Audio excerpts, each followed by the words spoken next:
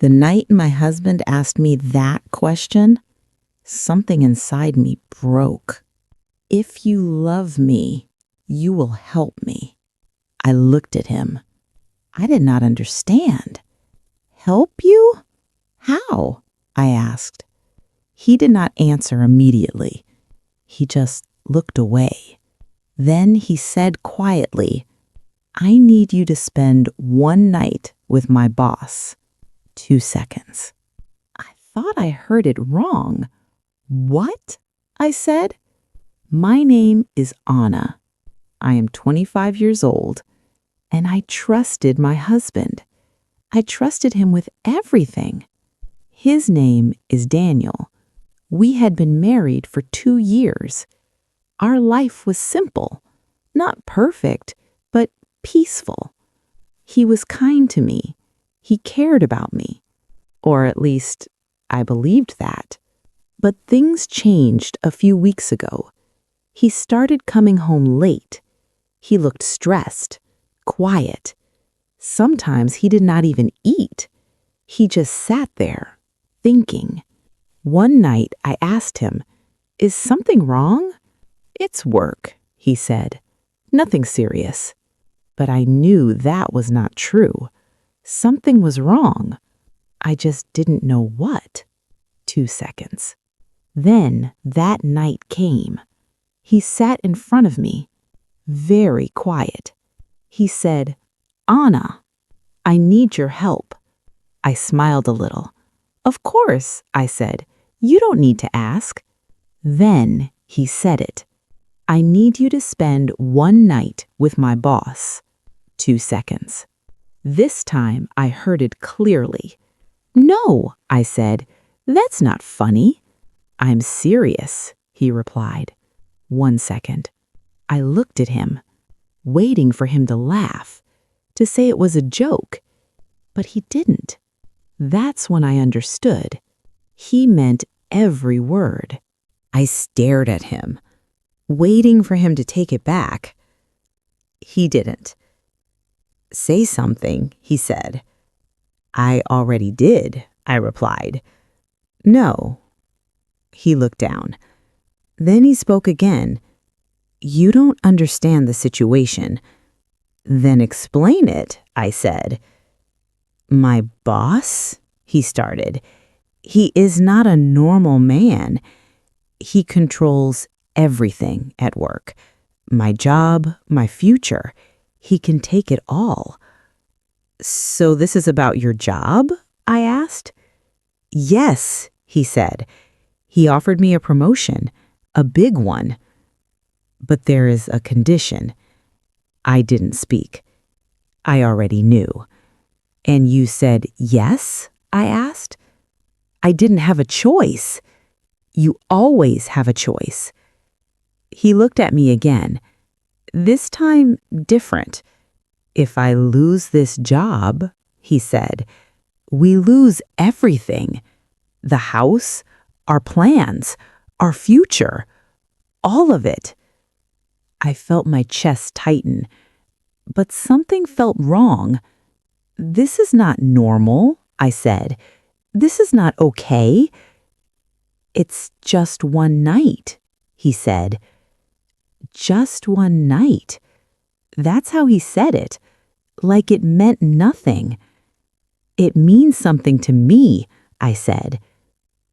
If you love me, he said, you will do this. Those words, they didn't feel like love. They felt like pressure. I looked at him, the man I trusted, and for the first time, I didn't recognize him. But what he said next made everything worse. He already knows about you. What did that mean? I looked at him. What do you mean he knows about me? I asked. Daniel did not answer right away. He stood up, walked to the window. He said he has seen your photo. My heart dropped. Why would you show him my photo? I asked. I didn't show him, he said. saw it on my phone. And after that, he started asking about you. What kind of questions? I asked. Just normal questions, he said. That's not normal, I replied. He is not a normal man, Daniel said again. Then why are you working for him? I asked. Because I need this job, he said. The room felt heavy. I could not breathe properly. No, I said again. I won't do this. This time, he didn't argue. He just looked at me, very calmly, too calmly. Okay, he said. Okay, I repeated. Yes, he said. It's your decision. Something felt wrong. He gave up too easily. That night, we didn't talk. We ate in silence, slept in silence. But I couldn't sleep. His words stayed in my mind. He already knows about you. What did that mean? The next day, he came home early. He looked calm again, like nothing happened. Everything okay? I asked. Yes, he said. Then he added, my boss wants to meet you. My body froze. Meet me? Why? I asked.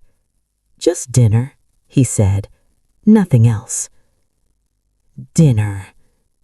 This was not over. It was just beginning. And deep inside, I felt something I couldn't ignore. This was a trap. I did not want to go, but I still got ready. But today was different. I don't know why. Maybe I wanted to understand. Daniel drove the car. We did not talk. The silence felt heavy. We arrived at a large house, very clean, very quiet. It did not feel like a normal place. Daniel stopped the car, looked at me. Just be calm, he said. That did not make me feel better. We went inside. The house was big, expensive, cold. Then I saw him, Daniel's boss. He was sitting at the table, waiting. He looked at me carefully. So, this is your wife, he said. I felt uncomfortable. Yes, Daniel replied. The man smiled, but it didn't feel warm. Please, sit, he said. We sat down. Dinner started, but it did not feel like dinner. It felt like something else. He asked simple questions, my name, my age, how long we were married, but the way he looked at me made me nervous, like he was studying me. Then suddenly he said, "You trust your husband." I didn't answer right away. I looked at Daniel. He didn't look at me. He just sat there. "Yes," I said. The man smiled again. "That's good," he said. Then he added, "Trust is very important." My hands felt cold. Then he stood up, walked closer, too close. He looked at me. "You are beautiful," he said. I didn't know what to say. I looked at Daniel. He said nothing, not a word. That's when I understood something.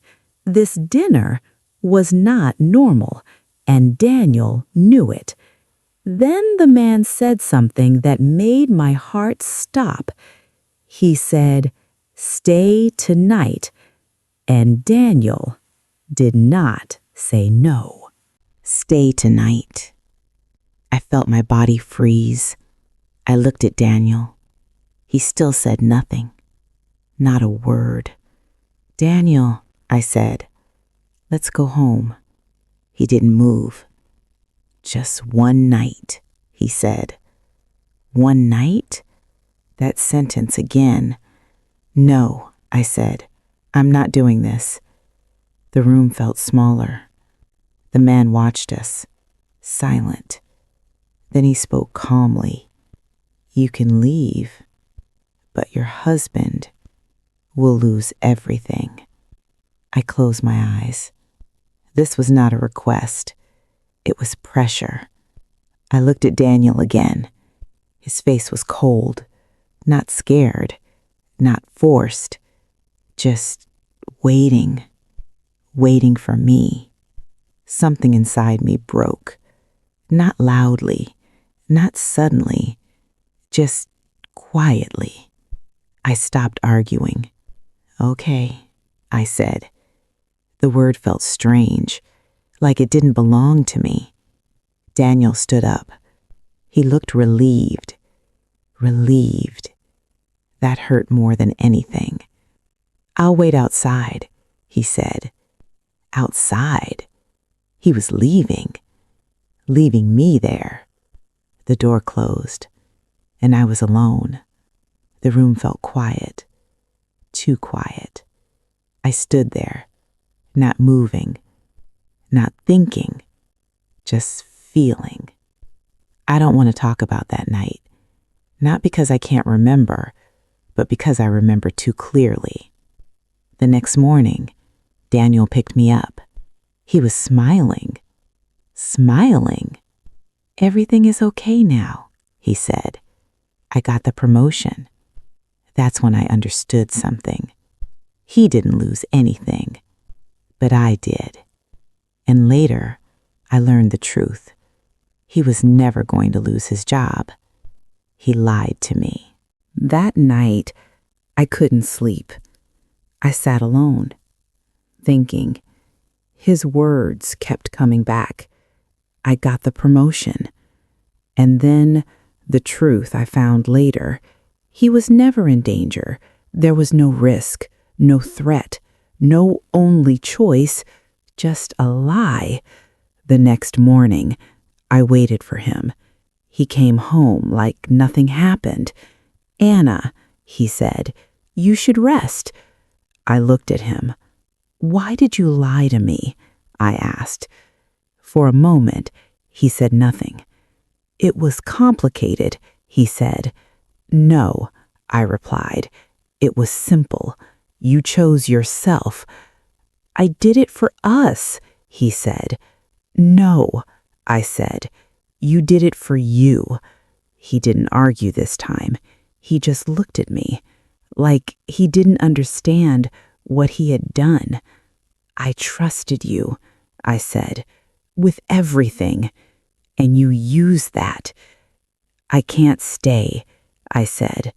What? He said. I can't live with someone who sees me like that.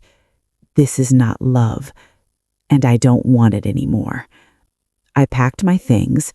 He didn't stop me, not even once. That told me everything. I left that house, not as his wife, but as someone who finally saw the truth. If you were in my place, what would you do?